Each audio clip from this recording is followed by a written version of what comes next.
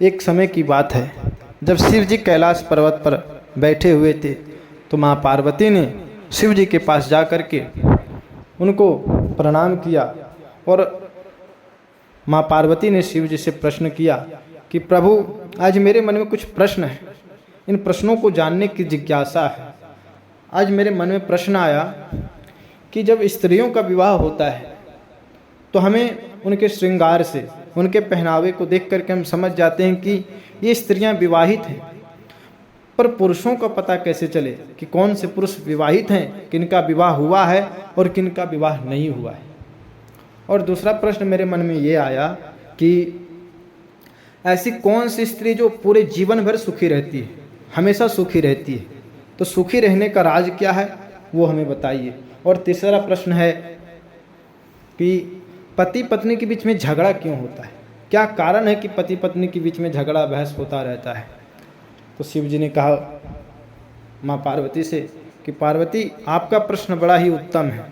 ये जो मैं आपको उत्तर देने वाला हूँ, इसके उत्तर से न केवल आपको लाभ होगा बल्कि जो भी इस कहानी को सुनेगा उसके जीवन में भी लाभ होगा, उनके जीवन में भी सुख आएगा। अब पार्वती माता से शिव जी कहते हैं कि आपके तीनों प्रश्नों का उत्तर मिल जाएगा। मैं आपको एक छोटी सी कहानी बताता हूँ, इसी कहानी में आपके तीनों प्रश्नों का उत्तर है। दो राजा थे, दो अलग अलग राज्य के राजकुमार थे, दोनों एक दूसरे के परम मित्र थे और अभी उनकी उम्र बहुत ज़्यादा नहीं थी, कोई 15-16 साल की रही होगी, 18 साल हुई थी। तो दोनों राजकुमार एक बार एक साथ घूमने निकले और जब रथ पर घूमने निकले तो जिधर ही जाते उधर ही उनका मन बड़ा चंचल था, चारों तरफ नज़र घुमा करके देखते रहते और बहुत अशांत थे, मचलते रहते थे। तो जिस गली, जिस शहर, जिस नगर, जिस गांव से निकलते लोग कहते कि देखो राजकुमार है पर इतने चंचल हैं, इतने अशांत हैं, ऐसे राजकुमार को नहीं होना चाहिए। फिर समय आया, समय आकर के दोनों राजकुमारों की विवाह हो गई, विवाह का मुहूर्त हुआ तो दोनों की विवाह कर दी गई और दोनों राजकुमार अपने अपने राज्य के राजा बन गए और अपना शासन करने लगे। तो जो पहला राजा था, जब उसका विवाह हुआ तो पति पत्नी में बहुत झगड़ा, बहुत बहस होता था, झगड़ा होता था। पत्नी कहती थी कि टैक्स कम आता है, कर कम आता है और आप अधिक खर्चा कर देते हैं, आपको सोच समझ करके खर्चा करना चाहिए, आप हिसाब किताब नहीं करते हैं। तो दोनों के बीच में झगड़ा होता रहता था। तो दोस्तों, और जो राजा की पत्नी थी वो बहुत सुंदर थी और जो राजा का मंत्री था वो भी सुंदर था। तो एक दिन मंत्री ने राजा की पत्नी को देखा और राजा की पत्नी ने मंत्री को देखा। दोनों एक दूसरे को देखते ही एक दूसरे से आकर्षित हो गए। दोनों को लगा कि हमें मिलना चाहिए और दोनों मिलने का प्रयास करने लगे। तो समय बढ़ता गया, धीरे धीरे दोनों एक दूसरे से मिलने लगे और एक दूसरे से प्रेम करने लगे और दोनों का एक दूसरे के साथ गलत संबंध भी होने लगा। दोस्तों, समय बीता और समय आकर के एक दिन राजा को पता चला कि जो उसकी पत्नी है वो तो व्यभिचारिणी है, उसके ही मंत्री के साथ उसका गलत संबंध है। तो जब राजा को यह बात पता चली तो राजा ने अपने पत्नी और मंत्री दोनों को ही सूली पर चढ़ा दिया, दोनों की मौत हो गई। तो ये पहले राजा की कहानी है। अब जो दूसरा राजा था उसके साथ जो घटना घटी वो माँ पार्वती को शिव जी बताते हैं कि पार्वती, जो दूसरा राजा था उसका भी विवाह हो गया था। तो एक बार ऐसे ही अपने महल के अटारी पर घूम रहा था, तो घूमते घूमते उसकी नज़र एक पास के घर में, पड़ोस के घर में गई, जिसके आंगन में एक बहुत सुंदर स्त्री थी। उस स्त्री को देख करके राजा आश्चर्य में पड़ गया कि ये इतनी सुंदर स्त्री, ये तो मेरी रानी से भी सुंदर है। तब राजा ने अपने दूत को बुलाया और कहा कि बताओ ये स्त्री कौन है, आज तक मैंने नहीं देखा, इतनी सुंदर, ये तो रानी की भी सुंदरता को कम कर रही है। तब दूत ने कहा महाराज, ये कोई और नहीं है, ये जो आपके मंत्री है ना, उन्हीं की पत्नी है। तब तो राजा को और बुरा लगा कि मेरा ही नौकर, मेरा ही मंत्री, उसकी पत्नी मेरी रानी से भी सुंदर। तो राजा ने मन ही मन सोचा अब कुछ भी हो जाए, मैं तो मंत्री की पत्नी के साथ गलत संबंध बनाऊंगा। जैसे मंत्री ने, पहले राजा के मंत्री ने सोचा था, वैसे ही यहाँ राजा सोचता है। और राजा अब सोचता है कि जब तक मंत्री रहेगा तब तक तो ये संभव नहीं है, तो क्यों ना किसी काम के कारण उसको इस राज्य से बाहर भेज दिया जाए।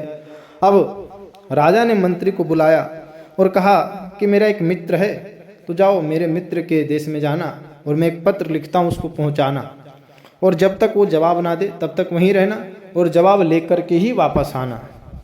तो राजा ने पत्र लिखवाया। मंत्री पत्र लेकर के जाने लगा, पर जाने से पहले वह घर गया अपनी पत्नी से मिला।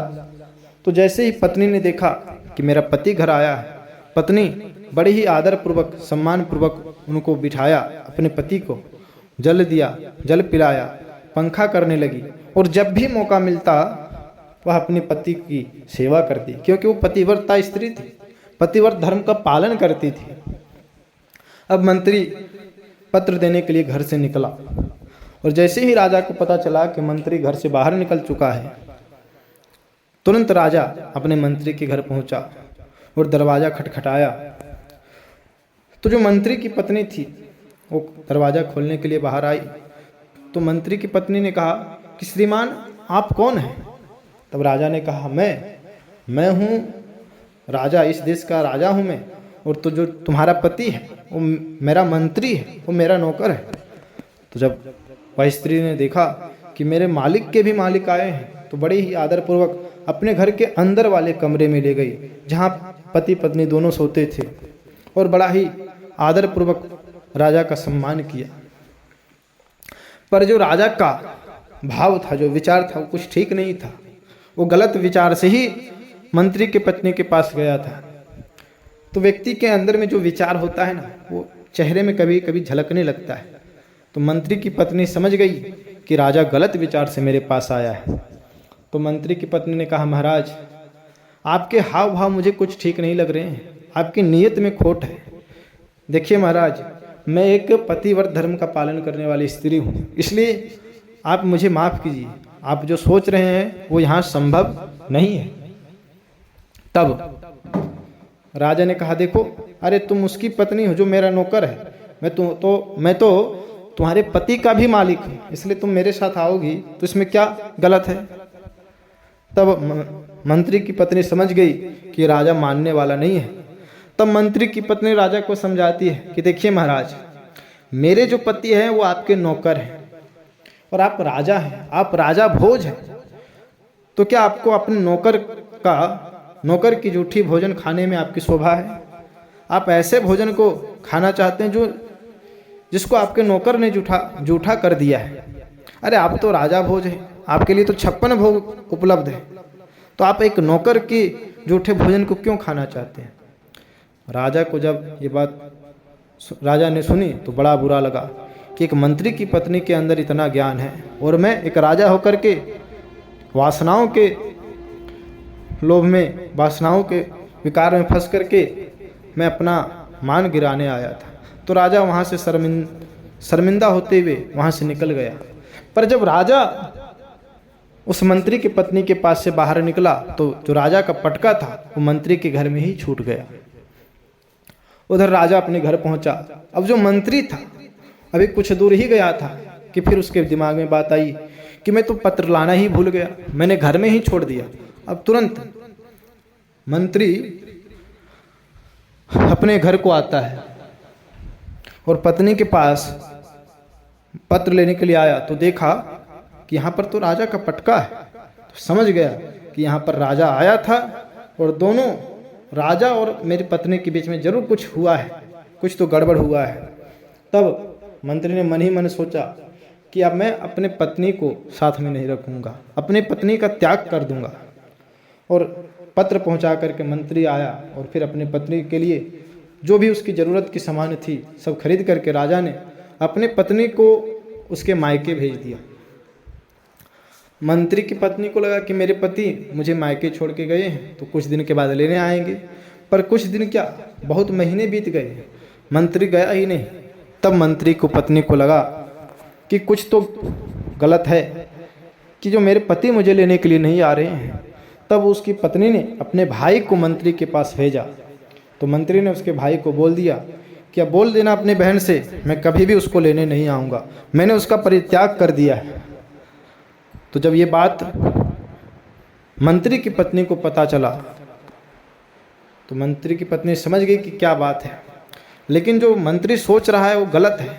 उसने अपने भाई को सारा घटनाक्रम बताया। अब भाई ने सोचा कि जिस राजा के कारण मेरी बहन के साथ अन्याय हो रहा है वही राजा मेरी बहन को न्याय दिलवाएगा। अब मंत्री का साला राज दरबार में आया और राजा से कहा, महाराज आप मेरी बहन के साथ न्याय कीजिए, ये जो आपका मंत्री है वो मेरे जीजा जी हैं, मैं उनका साला हूँ और मेरी बहन का विवाह इसके मंत्री के साथ हुआ है, लेकिन ये मंत्री का कहना है कि ये मेरी बहन को छोड़ देगा, परित्याग कर दिया है, अब कभी वापस नहीं लाएगा, तो आप मेरे बहन के साथ न्याय कीजिए। तो राजा समझ गया, क्योंकि राजा भी इस घटना में सम्मिलित था। तो राजा ने मंत्री से पूछा कि क्या बात है, तुम अपनी पत्नी को क्यों नहीं लाना चाहते हो, तुमने अपनी पत्नी का त्याग किस कारण से कर दिया। तब मंत्री कहता है कि महाराज आप तो महाराज हैं, मैं अपनी बात आपको बताता हूँ, पर आप समझदार हैं और ये बात केवल हम दोनों के बीच में ही रहना चाहिए, इसलिए मैं आपको एक पहेली के रूप में बताता हूँ, आप समझ जाएंगे। तो मंत्री कहता है कि महाराज मुझे एक माली ने बहुत सुंदर बगीचा दिया था, बड़ा ही सुंदर बगीचा था। उस बगीचे में बड़े सुंदर सुंदर फूल थे, सुंदर सुंदर पेड़ पौधे थे, उस पेड़ पौधे में सुंदर सुंदर चिड़ियाँ चहचहाया करती थी। पर महाराज मैंने एक दिन देखा कि मेरे बगीचे में शेर के पंजों का निशान है। तो मैं समझ गया कि यह बगीचा बहुत खतरनाक हो गया है, जब शेर आने लगे तो समझ जाना चाहिए कि यहाँ से हमें बाहर चला जाना चाहिए, क्योंकि अगर मैं इस बगीचे में रहूँगा तो एक दिन मुझे अपने प्राणों से हाथ धोना पड़ेगा। इसलिए महाराज, इसलिए मैंने बगीचे का जो मालिक था उसको मैंने वापस कर दिया। तो राजा समझ गया। तो राजा ने कहा मंत्री से कि मंत्री ये बात बिल्कुल सही है कि तुम्हारे बगीचे में कोई शेर आया था और शेर का पंजा जो देखा वो भी सही है, पर याद रखना शेर तुम्हारे बगीचे का कुछ बिगाड़ नहीं पाया और शेर तुम्हारे बगीचे में कभी घुस भी नहीं सकता, क्योंकि तुम्हारे बगीचे का दीवार, जो तुम्हारे बगीचे की दीवारें इतनी मजबूत हैं कि एक क्या हजारों सैकड़ों शेर एक साथ घुसने का प्रयास करें तो भी नहीं घुस सकती। तो मंत्री समझ गया कि राजा क्या कहना चाहता है, कि राजा गया था, उसने प्रयास किया, पर उसकी पत्नी सचमुच में पातिव्रत धर्म का पालन करने वाली थी, तो उसने राजा को भी ठुकरा दिया। अब मंत्री समझ गया कि महाराज मैं समझ ही गया, अब मैं अपने पत्नी को वापस ले आऊँगा। और मंत्री ने अपने पत्नी को वापस ले आया। तो ये दोनों राजा की कहानी थी। अब शिव जी माँ पार्वती से कहते हैं कि पार्वती बताओ तुम्हें तुम्हारे तीनों प्रश्नों के उत्तर मिले या नहीं मिले। तो माँ पार्वती कहती हैं कि प्रभु आपने कहानी तो सुनाई, कहानी बहुत अच्छी भी है, पर मेरे प्रश्नों का उत्तर नहीं मिला। तब माँ पार्वती से शिव जी कहते हैं कि पार्वती तुम्हारा पहला प्रश्न क्या था, कि ऐसी कौन सी स्त्री है जो हमेशा सुखी रहती है। तो सुनो उसका उत्तर। इस कहानी में दो स्त्री थी, पर एक को मरना पड़ा और एक को मंत्री ने, राजा के नज़र में भी उसका सम्मान बढ़ गया। क्यों? क्योंकि जो पहली स्त्री थी, पहले राजा की जो पत्नी थी, वो चरित्रहीन थी। उसका पति राजा था, फिर भी राजा पति को छोड़ करके अपने राज्य के एक नौकर मंत्री के साथ चली गई, केवल वासनाओं के कारण। तो जो स्त्री अपने पति का त्याग करती है, अपने पति को धोखा देती है, पतिव्रत धर्म का पालन नहीं करती है, वो कभी सुखी नहीं हो सकती। और एक दूसरे राजा के जो मंत्री था, उसकी जो पत्नी थी, उसके सामने राजा आया और राजा को भी ठुकरा दिया। तो जो स्त्री अपने पति को ही भगवान मानती है, उसका पति जैसा भी हो, जब तक स्त्री का विवाह नहीं हुआ है तब तक तो वह अपने पति के बारे में चिंतन कर सकती है कि मेरा पति कैसा हो, सुंदर हो, राजा हो, बहुत महान हो। पर जब विवाह हो जाए तो भले ही मेरा पति कितना ही गरीब क्यों ना हो, काला हो, कुरूप हो, लंगड़ा, लूला, काना, कैसा भी क्यों ना हो, पर वही मेरे लिए भगवान है। तो जो स्त्री अपने पति को ही भगवान समझती है, और पति की जगह पर कोई राजा ही क्यों ना आ जाए उसको भी ठुकरा देती है। वो स्त्री जीवन भर सुखी रहती है, जीवन में कभी उसको दुख नहीं होता है। और तुम्हारा दूसरा प्रश्न था कि पति पत्नी के बीच में झगड़ा क्यों होता है। तो जो पहला राजा था और जो रानी थी, दोनों के बीच में झगड़ा होता था। किस बात को लेकर के? खर्चा और कमाई को लेकर के। तो पति पत्नी के बीच में झगड़ा होने के और भी कारण हो सकते हैं, पर एक बहुत बड़ा कारण है कि पति जो कमाता है, चाहती है पत्नी कि इसको मैं ही अपने तरीके से खर्चा करूं, कहाँ खर्चा करना चाहिए। अगर पति अपने भाइयों को दे दे या माँ को दे दे या बहन को दे दे तो पत्नी चैन से जीने नहीं देती है। और पत्नी भी अगर गलत जगह पर खर्चा कर दे तो पति को बुरा लगता है कि मैंने मेहनत से कमाया और इधर उधर खर्चा कर देती है। तो पति पत्नी में झगड़ा होने का एक मुख्य कारण है खर्चा और इनकम। और शिव जी कहते हैं कि पार्वती, जो तुम्हारा तीसरा प्रश्न था, उसका तीसरा प्रश्न था कि कैसे पता चलेगा कि कौन से पुरुष विवाहित हैं और कौन से पुरुष अविवाहित हैं। तो शिव जी पार्वती से कहते हैं कि पार्वती, इसका उत्तर है कि जो व्यक्ति, जिस पुरुष का विवाह हो जाता है वो शांत हो जाता है, उसका मन फिर दूसरी स्त्रियों पर कम जाता है। जो पापी लोग हैं उनका विवाह हो जाए या ना हो जाए उनसे नहीं लेना देना है, पर जो सच्चे व्यक्ति हैं जब उनका विवाह हो जाता है तो उनका मन केवल अपनी पत्नी के पास ही होता है, अपने पत्नी के बारे में ही सोचता है, दूसरी स्त्रियों के बारे में गलत नहीं सोचता है। तो जो दो राजकुमार थे, दोनों घूमने निकले तो उनका मन चंचल था, चारों तरफ नजर घुमा करके देख रहे थे, जहां स्त्री दिख जाए उधर ही देख रहे थे। तो इससे पता चला कि इन दोनों का भी विवाह नहीं हुआ है। तो पुरुषों का पता कैसे चलता है? बोले जो शांत दिखे, जिनका मन चंचल ना हो, ऐसे व्यक्ति विवाहित होते हैं। तो ये तुम्हारे तीनों प्रश्नों का उत्तर है। माँ पार्वती शिव जी के मुख से अपने प्रश्नों का उत्तर सुनकर के गदगद हो गई और कहने लगी, प्रभु आपने तो मेरे समस्याओं का, मेरी शंकाओं का समाधान कर दिया। तो दोस्तों, आज की ये कहानी आपको कैसी लगी आप हमें कमेंट करके बता सकते हैं। और वीडियो अगर अच्छी लगे तो लाइक ज़रूर करें, क्योंकि आपके लाइक करने से हमें पता चलता है कि आपको हमारी वीडियो अच्छी लगती है। तो लाइक ज़रूर करें, कमेंट करें, और अभी तक अगर आपने चैनल को सब्सक्राइब नहीं किया है तो चैनल को सब्सक्राइब कर लें और वीडियो को शेयर भी करें। तो आज के लिए बस इतना ही, फिर मिलेंगे एक नई कहानी के साथ। तब तक के लिए सभी को जय श्री राधे, जय श्री कृष्णा।